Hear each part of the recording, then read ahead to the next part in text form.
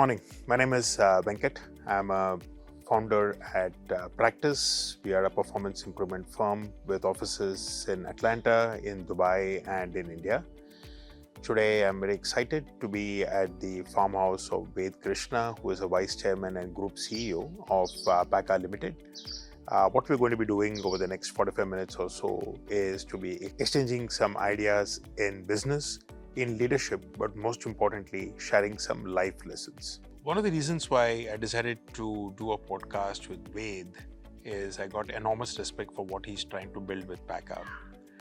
Pakka, as you might be aware, is a listed company, about 400 odd crores in turnover, maybe about 1,500 crores in market capitalization, massive expansion plan, both in India as well as in Guatemala. But what I really like about the company is the focus on differentiation, the focus on research and development in creating IP that can be monetized. And there is, of course, a much higher purpose of cleaning up the planet and leaving it plastic-free in the years to come. One of the things about Pakka is their culture. They are, of course, a great place to work. They're a great place to work for women. They're a great place to work in the mid-corporate category for manufacturing enterprises. To be able to do this in a small town like Ayodhya, which is not necessarily known for successful business enterprises, I think it's an achievement in itself. One of the things in the company is that the culture is almost tangible. I've had an opportunity of talking not just to Ved, but obviously his leadership team, his advisors, several people on the shop floor. And I have had a very, very consistent feel about the culture that he has been able to lead in this company. Good morning, Ved. Thank you so much as always for your time and your generosity. Really looking forward to this interaction. And thank you so much for coming all the way to Ayodhya and to be with us. Always a pleasure. So Ved, we know different aspects of you as a person. Right? I know you're an avid reader. Been to multiple countries. We know that you have been a somewhat reluctant entrepreneur when you started your stint at Pakka. We know you as a seeker. You've followed various philosophies. We obviously know you as a businessman. I know you're a doting father. But who is Ved Krishna? How would Ved Krishna describe Ved Krishna? That's an interesting question. I think for me, the key has been to figure out that exact question, who am I? So I think what has really landed home for me is that more than who am I, why am I here? And I found that when I started reflecting on again this question of why am I here, I felt that there's a reason why my soul decided to get born in this lifetime, to be surrounded by great business ideas. So I realized that the decision of me being born to very purposeful parents, very ecologically aligned parents, and yet from a deep root in business and philanthropy and really being part of the society and being a certain way was a gift to me. And the journey has been, how do I do maximum justice to this life that I've been provided? So would it be fair way to call you a clean planet evangelist? Is that a good way to be describing you? I would put it a little differently. I would say a person who is making an effort towards contributing. Right. Because I don't know if, again, evangelist is like terms that we can put on ourselves, but all we can really do is to take that one step. It's very interesting that you made this statement about who am I. It's almost kind of going back to Ramana Maharshi, right? It's almost an existential question as to what is the role that I'm supposed to be fulfilling. Let's kind of talk a little bit about the influence your parents have had in your life. And Isaac Newton once said that one of the reasons I see farther than most is because I stand on the shoulder of giants, right? And I know in your life, your parents have been giants for you. So can you give us some examples of how some teachings or learnings from their lives influence the way you currently think and behave? Oh, absolutely. I would say the greatest influence in my life is definitely my father. And he was a person, again, who believed in kind of no frills, but very deep, meaningful work and living. He was probably the most widely read and knowledgeable person I knew.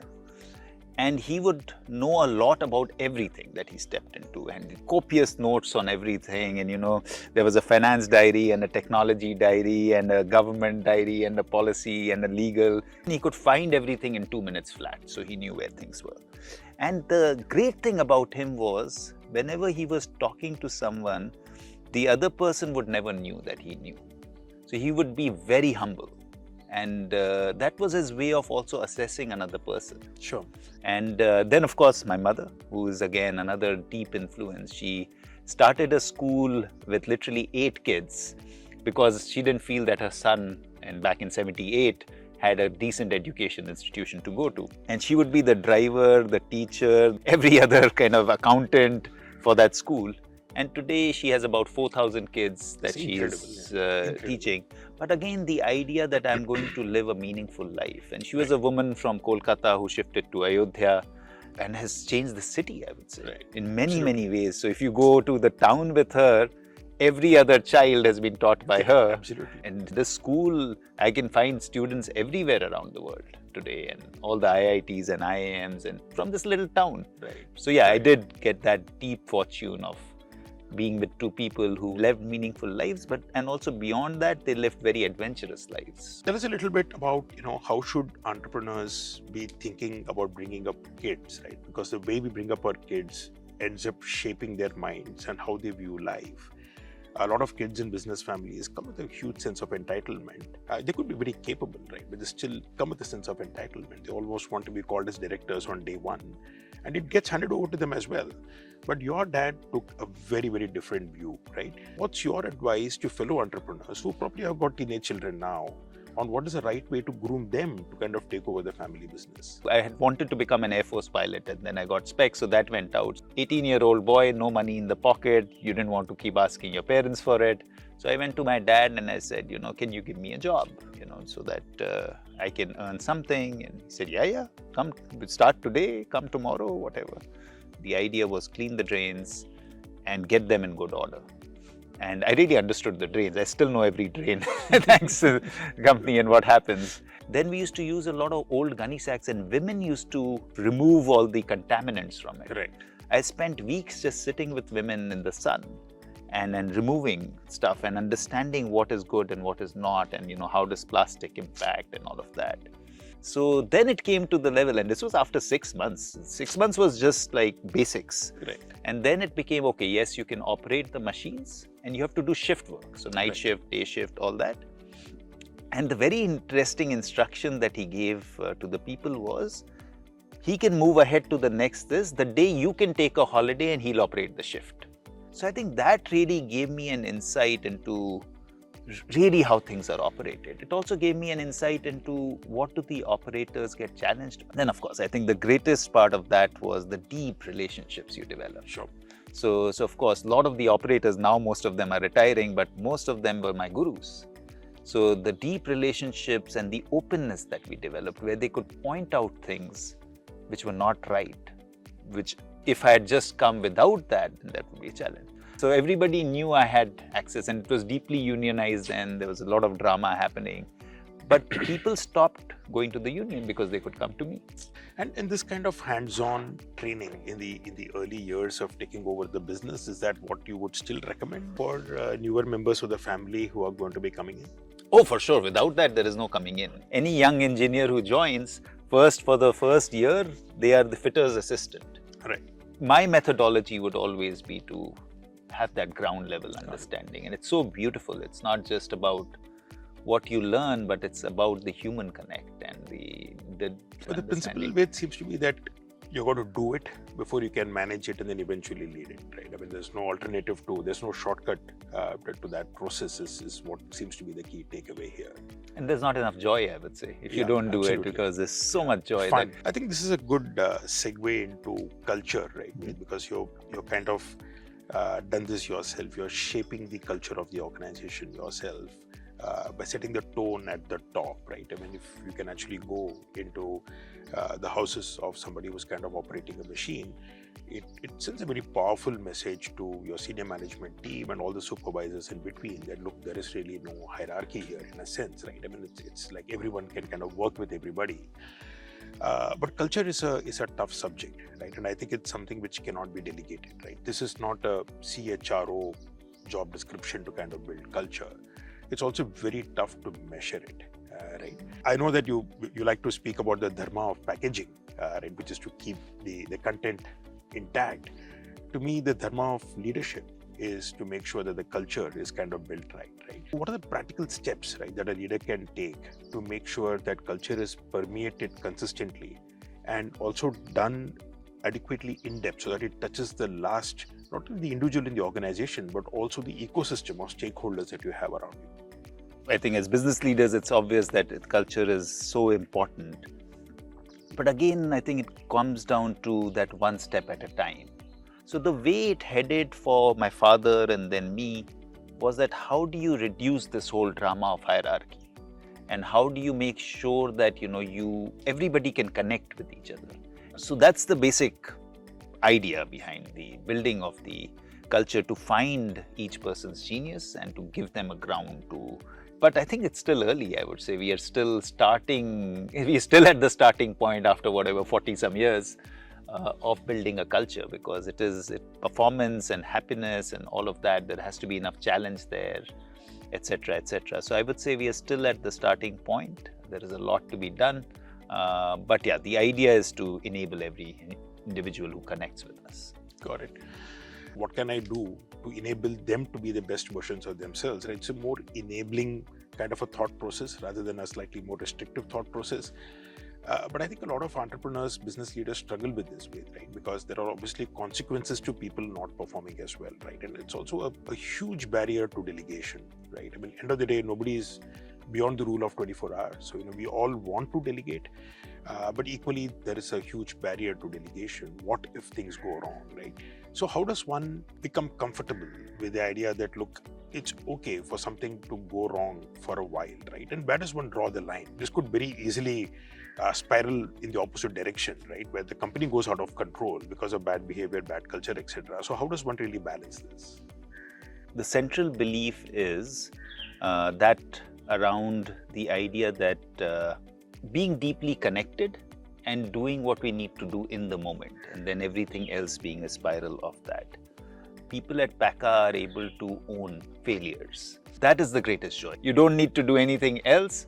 If this is the culture you can continue with, and you can provide people the space of safety where they can own up the issues, then the battle is mostly won. Every human wants to do a good job. Correct. I think people are always wanting to do a good job. Some people want more recognition, some people don't. But the idea is that everybody wants to do a good job. So what is our work? Our work is to enable that, right? To build the fertile ground again where people are able to make mistakes, because that's the only way you can do a good job. And then the second thing becomes, how do you make the whole system extremely objective? That I can understand, what am I supposed to do? What are the matrices for that? Am I doing that okay or not? So of course, you have to build in a lot of clear guidelines on what is the role, what is the KPI, what are the OKRs, how do you assess, how can you judge yourself, can you set your salary yourself, can you connect your incentives very quickly? If you want to grow, what is the methodology, what are the things that you'll have to do? So each person being able to objectively see, rather than thinking, oh, if my superior is happy, I'm going to gain. That in a way has to go out of the system. It doesn't matter if somebody is happy or not. It's not that you worked really hard 11 months, you messed up in the last month, and hence your increment is going to be low. It's not even possible. I would say in the Pakka system, at least we are getting close to that. Right. We're getting close to more self-setting of salaries. You can see salary is a resultant of what you know and what the industry offers, and then there's a component of those two, and you can fix it.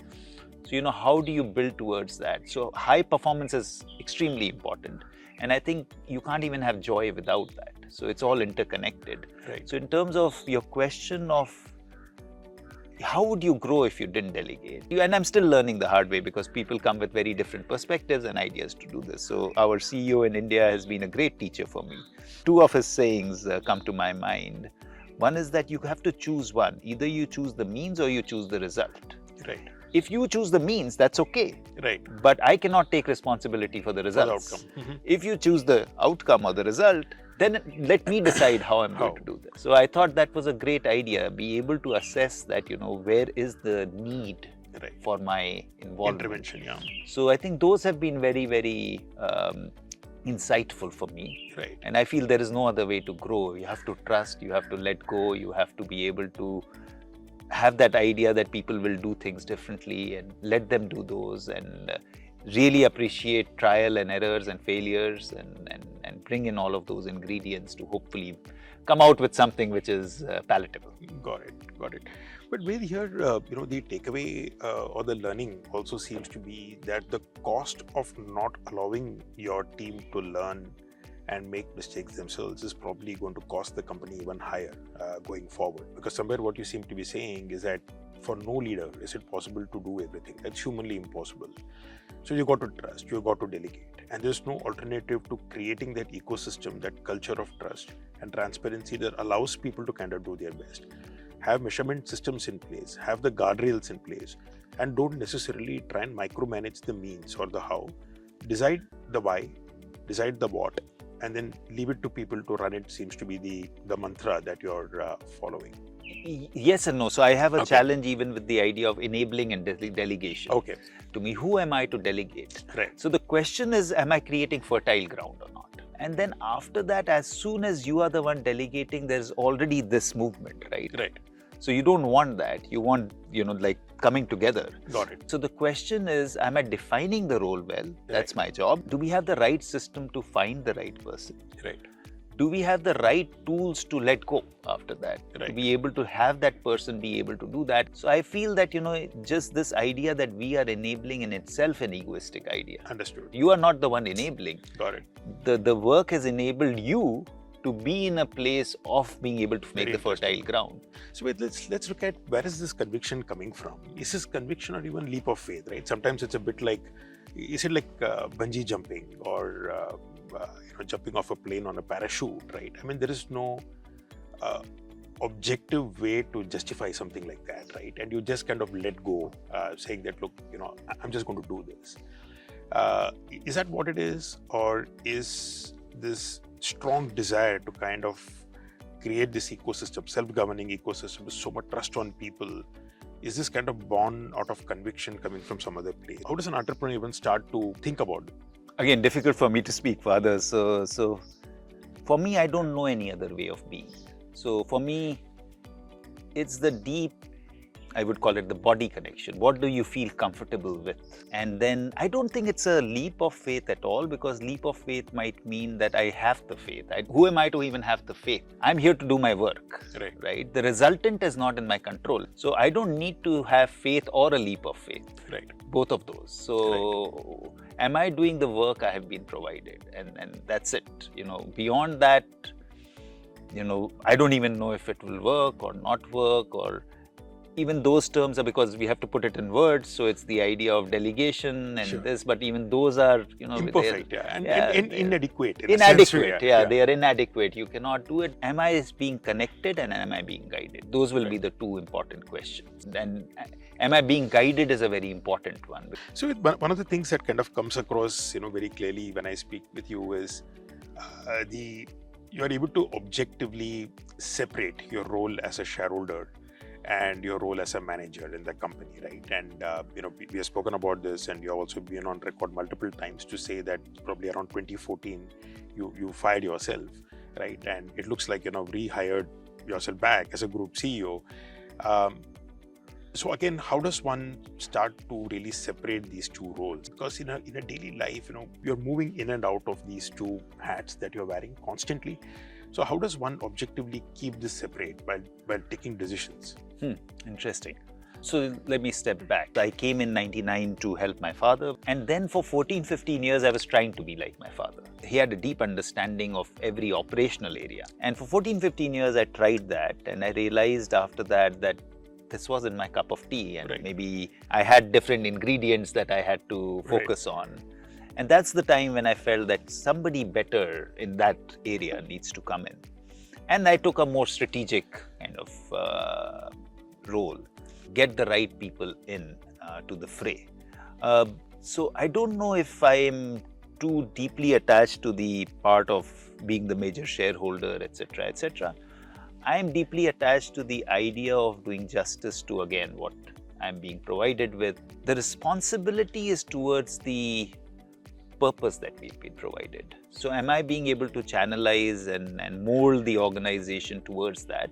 Today in Pakka, everybody would speak the same language. Right. Even if it's an electrician or a fitter, which are not directly connected to the vision, purpose, would clearly say that this is what Pakka does. Right.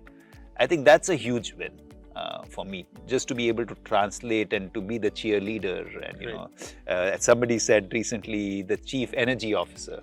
So I don't know if I can define it as shareholder or manager or leader or whatever, but that's my role. I would say that, am I being cognizant of that? So let's go back way to the point about you being a reluctant entrepreneur, right? You kind of came in because dad wanted out and you wanted to hop off, you know, on a bike and see the world, etc., right? So the reason why you came into the business and the reason why you are in the business now are completely different. So what keeps you going currently? Yeah, so you're right. On the coming into business was just about this man who has been so profound in my life. How do I make sure he can go and do his thing? Singular objective. I think life really changed when I met my main mentor even today. And I've repeated this a few times, but there are 4 things that he taught me. And the first was no coincidence. So the idea that I came into the business just by chance was a figment of my imagination, is how he would put it. Right. The second thing was that because I was also searching what is my purpose if I've come on this by chance. You know, most likely it's better to, you've already accumulated a lot of knowledge, build on top of that. Right.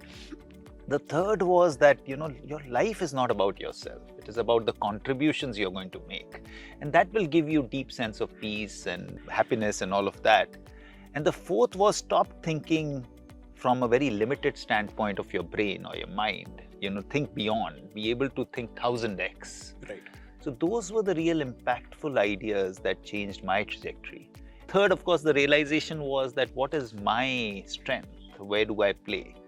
And that's what led to, letting go of operations, finding people who are more adept at it, and letting go of kicking and screaming. But we went through 5 CEOs, but but you know, that's again the part of the journey. And after that, I would say overall, and of course you have your ups and downs, but overall it's been like a symphony. But so much of what you're saying is so profound. You know, I can relate to it. I think a lot of our audience also will be able to relate to it. So the question is, how do you transfer this, right, to our teams? Right? So there's a higher purpose. You're setting a certain context. You're looking at a certain scale. There is conviction to go behind the scale. But see, end of the day, you know, people, by the time it kind of gets disseminated, right, it gets diluted as well, right? It takes time. So that is one dimension. And second is the messaging also keeps getting diluted.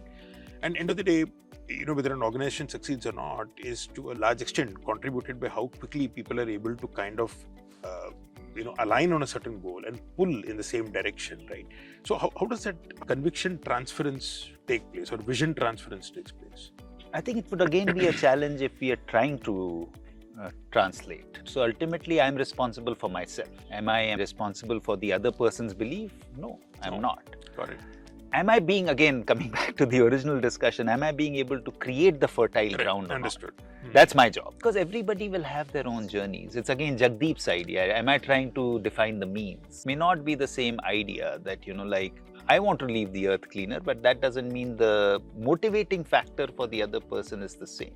Correct. So that's the idea. So of course, my work is to be able to communicate what we are doing as a team, but that's where it stops. Got it. And I will communicate, and it's the monthly newsletter, and it's the every discussion we have, somewhere or the other, I'll keep communicating it. Right. But there is no desire or control on what somebody else is taking. Got it. 2 clear takeaways here, Ved. So one is you're kind of saying that, look, a leader should focus on what he or she can do, right? I mean, you don't control somebody else's mind. You should not seek to control. What you can control is your intensity, your consistency, and how well you are able to kind of relate to them. You keep communicating, and if the conviction is true, the message will go across, right? And if it doesn't, you're saying that's all right. Let's have reasonable expectations to say that not everybody needs to have the same level of conviction as what you have, right? As long as it's at a certain minimum level, a threshold, that will enable us to kind of work together for the while that we are together. Seems to be the message here. Let's move on to the global ambitions of Pakka. It's audacious, right? What you're trying to do. I mean, there is a huge expansion happening locally here in Ayodhya. At the same time, you choose to kind of go out and expand in Guatemala. Just give us a sense of what is the current scale, both in terms of tonnage, etc., and also the product ranges that you're trying to do with. And what is it that you're now trying to build over the next 3 to 5 years' time?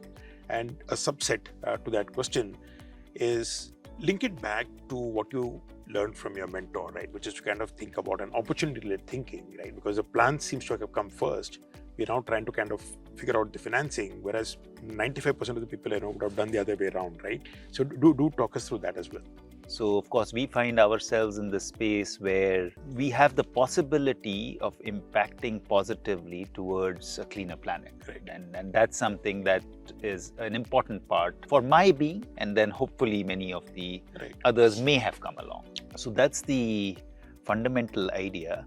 And what we realize is that the only way we can truly impact is by scale. Right. Because without that, it can be great social media drama, but reality will be, it'll still be empty.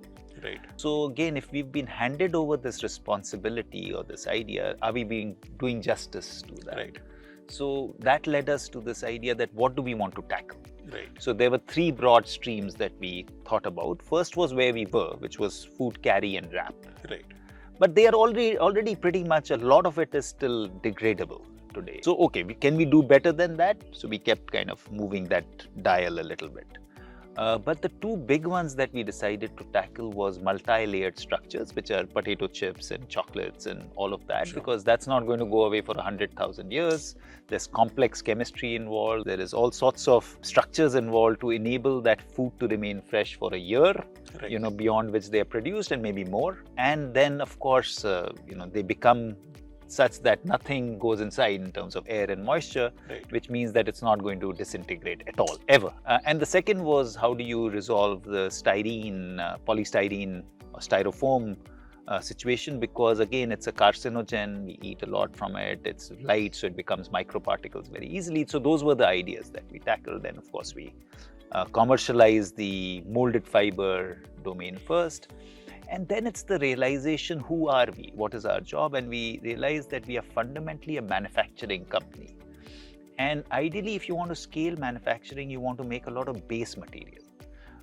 You want to make sure that lots of people are able to take their material and run with it. It's more open source idea.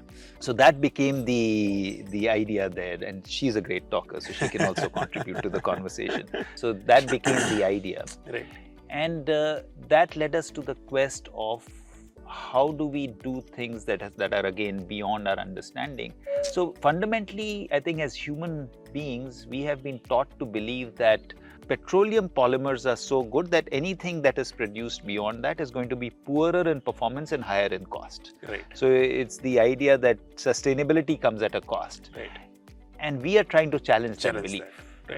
That fundamental idea that human beings created that, and human beings can go beyond. And of course, we look at nature around us and how beautifully everything is packaged. And it's based on 2 fundamental building blocks, carbohydrates or sugars, and amino acids or proteins. So those 2 structures, and how do you work with that and create something that is, I think it'll be too much to think it'll be as good as what nature creates, but something in that kind of domain. Got it.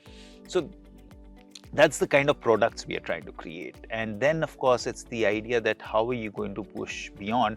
And that, I'm going to go back a few minutes back, that is a leap of faith. Right. And that of course led us to the expansion in India, where we have mostly, it's all flexible packaging. To tell you the truth, the code hasn't been cracked yet, but we believe that we will crack it in this time. And then, of course, we went on this search of expand what we know, which was the sugarcane fiber. And again, that led to numerous things happening. We secured over 400,000 tons of bagasse. We could set up a unit, or start setting up a unit there, which will produce over 130,000 tons of material, which will make a little impact in that pile. And again, do it based on this idea that we want to solve flexible packaging. It may not be perfect, but it will be much better than what it is right now. So that's what drives us. So of course the aim is audacious, and it's not at all from an egoistic perspective or even from a perspective of that, you know, as a business we have to generate this kind of revenue or the idea. It's truly based on impact. So of course the current revenue will be about 50 odd million, and the 5 years hence revenue is 1 billion. That's the target. So now we are investing very heavily in finding the right people and getting our R&D right.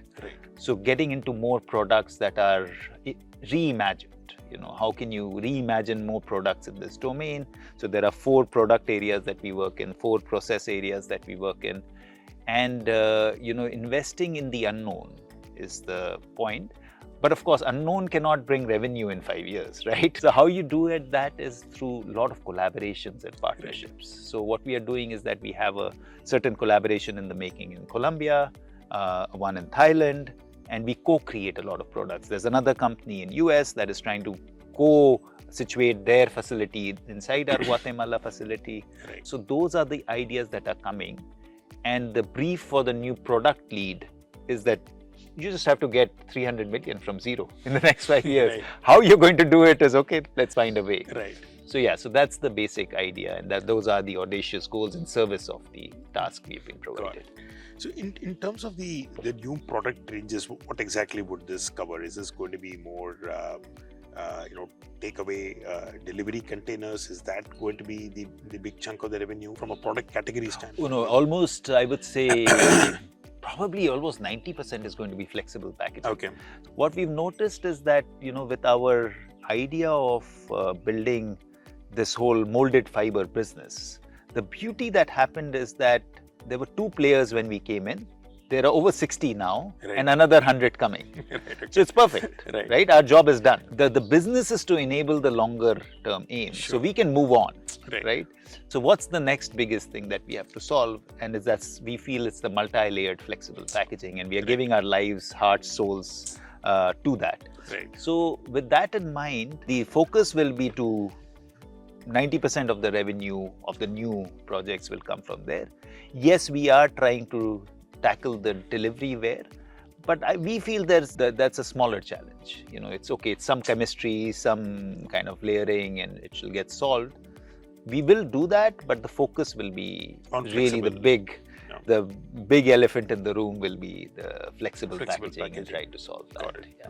You know, the thing that kind of strikes me a lot in this conversation with is also the emphasis on kind of creating IP within the company, right? Which again, from a value addition standpoint, where the company was maybe 5 or 10 years back, which is largely craft paper dominated, to where you're looking to kind of take it. It looks like R&D to create IP, which will then create differentiated products, and therefore company valuation seems to be the path that we're taking, right? In a globalized world, okay, how does one really think about this? I mean, this R&D, is it kind of coming out of India? Are these like the best ideas globally? How are you actually thinking about that aspect of the business? It's a huge aspect that doesn't just mean business, but it drives me personally. So like you said, you know, you've come in to kind of drive the business, yes, but my idea is to spend a lot of time on product and productization and creating the new product. So what we've recently decided is to have the major part of our product innovation at Portland in US. And that is, the main factor is my involvement. So of course, cerebrally, we can say that it's near the converters, near the newer markets that we are going. I think all that is secondary. The idea is that, you know, can we do more by being there? So that's the big one. In terms of IPs, let me again take a step back. What is the main goal? The main goal is to leave the planet cleaner. Will that happen through protectionism? No, it won't. But is IPs important? Yes, very important. But it's great to create IPs and then open it up. So of course, you want to protect the ideas, but you don't want to become protective. There's a big difference between those. So of course, for me, my board is always very unhappy with me because even I don't even understand the term competition. Why would I worry about competition? So, you know, each company that we call a competitor, each time we talk, there is so many possibilities of working and building things together. So that's the idea, that how do you find that, coexistence and co-creation possibility. Right. So that's what we are trying to do, and hopefully we'll even work on our R&D with many of the so-called competitors and open it up and try and see what they have learned and what we have learned, because again, business is in service of a higher goal. Right. And a higher purpose, the service to humankind. That's the idea. So yes, R&D will be a huge factor. Right. What I have to curb myself on is this constant desire to find something new. Right. Because I feel that flexible packaging itself will be a huge domain to focus on. Right. So zeroing in on something that is really important and creating value in that area, creating possible solutions in that area, co-creating possibilities. So that's going to be the focus in the coming years. So one statement that I recollect when we spoke the last time, Ved, was when you mentioned to me that there is no plan B, because if I do a plan B, then plan A is sure to fail. So do you want to explain that a little bit? It is so important to focus on what you're doing. And again, you have to give your heart and soul. What I find is that there is a dilution of heart and soul as soon as you have an alternate. Right. So that's the idea. So I'll give you an example, like we talked a little bit about Guatemala. So we went on this wild goose chase where we tried to find bagasse that we can service the North American market. So I went to Mexico, Belize, Colombia, Peru, Ecuador, Guatemala, of course, and then had conversations around Brazil and stuff like that. And then we finally zeroed in on Guatemala. But I remember eventually what really made it happen was the sugar mills sent 2 people each. So 6 people came here to Ayodhya to see our operations, to really see what we are about. Because, otherwise this could be this one crazy guy coming from this far off country and saying we want to take your bagasse and nothing may happen. Right. And that is what had started happening, except obviously in business what happens is that you want to keep extracting that last dollar. Right. So we had agreed on a certain price, and then they tried to reopen the negotiation by saying that, we feel that the price of bagasse should be higher. And I remember I just started laughing. And they were a little bit taken aback. Why are you laughing? I said, see, you are feeling that we would feel great once the deal is done. You don't realize how much joy we already have. So they were like, what? And this was Himanshu, one of our board members, and me. Said, we are from this little corner of this country and, forget the world. We've already had so much richness in our lives just by ending up in Guatemala, having you guys as friends, being through this journey. Our joy is already there. So even if the deal doesn't happen, we've had a great time. That's not the aim. So with that, of course, the deal got signed. But the idea was there was only one plan. But like I said, we haven't cracked the code to the fullest. I think I read somewhere that when you launch a product, the market responds, right? You launch with passion and conviction, then the universe responds, right? There's a huge difference. Absolutely. I've seen that happen. End of the day, I think it's the quality of your conviction that is going to make a difference, I guess. Yeah. So let me ask you another question, and this is a little bit linked to what Kim asked you several years back, to say that, look, if there were no constraints, right, what is it that you would be doing in life? And I'm going to ask you the same question, but you can't say Pakka, cleaning up. So what is left? What's on the agenda beyond cleaning up? I haven't even started yet. So the challenge is that is that answer, because, like if I'm asked today, then again, I am doing what I would like to do now. Right. At that time, I was not. So that's the difference. So let me add more flavor since you've asked it like that. I would like to really challenge this belief that sustainability is not possible without a certain price tag. Again, when we look at nature, it's so beautiful. The energy source is one, the sun. Building blocks are very simple, and it all kind of creates itself. It kind of supports each other, each thing for creation. But what do we do? So if you look at a beautiful tree, all around us here, it's doing carbon sequestration. It's taking in carbon from the air, some water from below, some minerals, but it's creating this huge, it's additive manufacturing, right? Everything is additive manufacturing in nature. What do? We take this tree, or it could be sugarcane or whatever it is, but in the end, it's all subtractive. Right. We'll remove till we get that one fiber, and then we try and bond it together with its own energy. Can we challenge that? So for me, it'll be both. product and process. Because Right. you can say that, oh, you make a great product, yes, it will go back to the planet, but what is the amount of water? What is the Correct. amount of steam? What is Yeah. the amount of energy that has been taken in? Then that's not what the customer is seeing, but you are seeing it. You Sure. know what is there. So how do you challenge both of those? And then that includes a lot of the impact that you have in the methodology that you follow. And there is no such thing as an eco-friendly industry, right? As soon as it is an industry, it will consume. It will Sure. it'll give back poorer than what it takes Exactly, in. yeah. So how do you defy that? Because nature's industry doesn't quite work like that. Right. You know, all that is happening in packaging, and the way it's created is beautiful. The manufacturing system is beautiful. So yeah, so if there are no barriers, this is what I would really spend time on, and process, as well as the beauty of products to enable stronger humankind.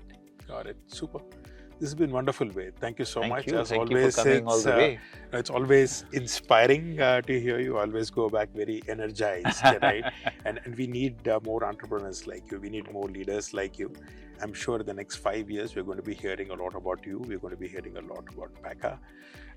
I think what you're trying to solve at the scale you're trying to solve is truly a big, hairy, audacious goal. Yeah. So wish you the very best. And Thank you so much. once And again thank for you, sparing thank the you time. for coming all the way. Except I'm just going to make another corrective statement. If you hear too much about me in the next 5 years, Okay. I have not done a good job because I'm going to be 50 now, Right. which means that the next 25 years is all about fading Right. and having others come in. So let's see what happens. Right. Hopefully you hear more about the impact and less about me. Right. So that'll be No, the the aim. one thing I've got to also add, I think just on a very personal note, is it's very rare to find people who are very articulate but don't use jargon, right? Who can keep things simple, not make it simplistic, right? Who are very ambitious, very achievement oriented, but still very rooted in reality.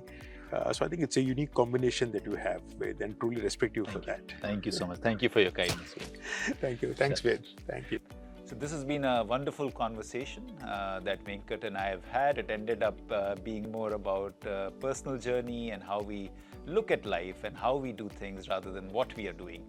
So it has been joyous to speak to Venkat, and I hope again that it makes a difference in the lives of those who listen to it. So the takeaways from today's conversations are mainly around the idea of how we work and how we want to do our work at Pakka. And the idea for us at Pakka is to enable highest human potential for those we connect with, whether it's our team or it's the people around us or those we do business with. So those are the ideas that we've shared. For entrepreneurs, I think Ved's story is one of very strong convictions and beliefs. He has seen several ups and downs in life, and by his own admission, he has come very close to successfully shutting down his company because of the number of failures that he has had. But he's always put the maximum level of conviction into his plans.